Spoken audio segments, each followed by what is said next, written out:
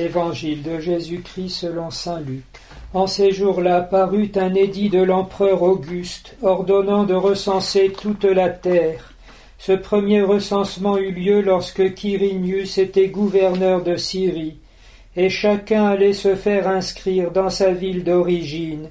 Joseph, lui aussi, quitta la ville de Nazareth en Galilée pour monter en Judée, à la ville de David appelée Bethléem, car il était de la maison et de la descendance de David.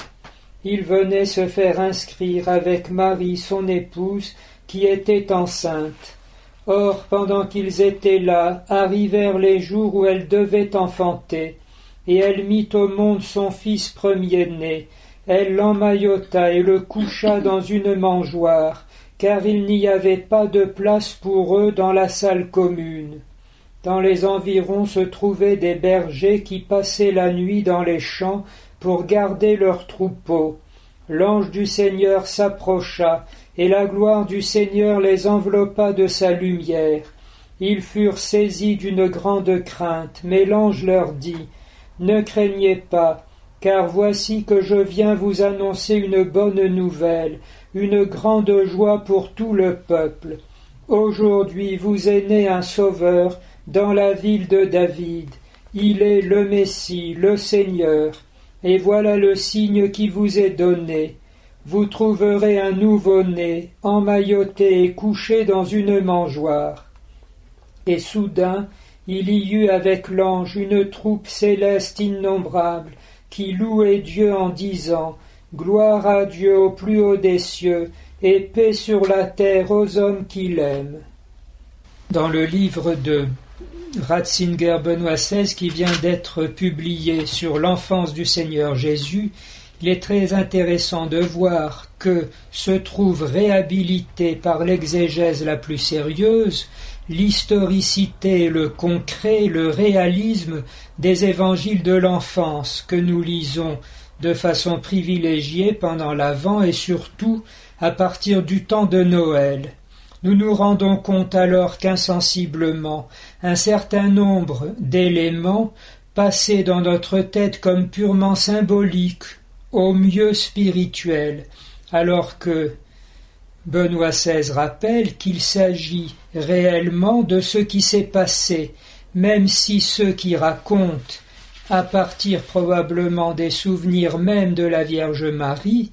perçoivent depuis la mort et la résurrection du Christ, depuis qu'a commencé le royaume de Dieu dans la Sainte Église, toute la charge théologique et profondément significative des événements qu'il rapporte.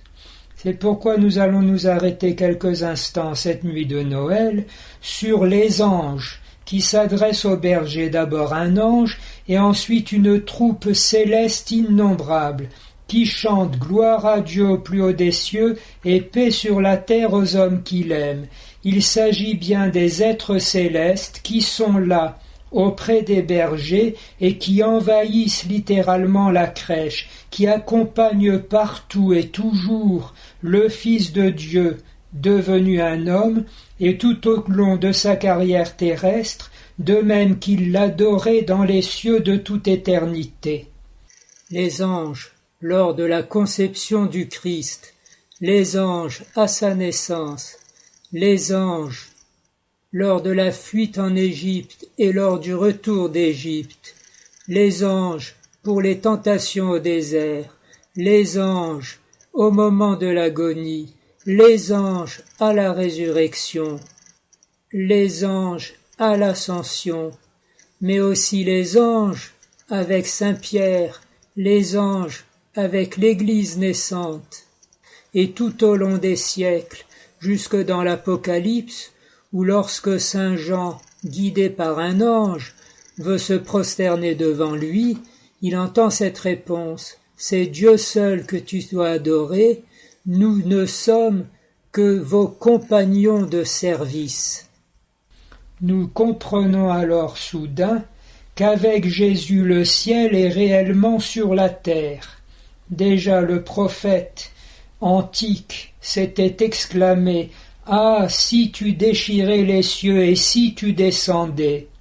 il a déchiré les cieux et il est descendu, de sorte que maintenant celui qui est adoré dans le ciel peut être adoré dans la crèche de Bethléem, dans l'Église dont il est le centre en même temps que la tête, dans chacun de nos tabernacles, et aussi dans les âmes de ceux à qui il a communiqué sa propre vie.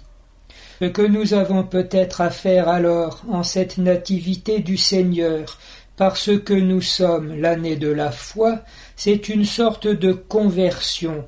qui fait que nous allons voir en Jésus et auprès de lui et dans la Sainte Église les réalités du ciel rendues accessibles ici-bas et qui sont comme notre milieu de vie. Le piège serait en effet, puisqu'il s'agit du Rédempteur, de ne regarder que le mal dans le monde dont il vient nous sauver, que de regarder cette terre avec toutes les misères dont il se fait solidaire, et en oubliant les richesses inouïes qu'il représente dans sa personne, tout ce que nous apporte son avènement. La première lecture pourtant insistait: ce que fait l'amour invincible du Seigneur, ce qui nous sauve, c'est le tout-petit, le signe qui nous est donné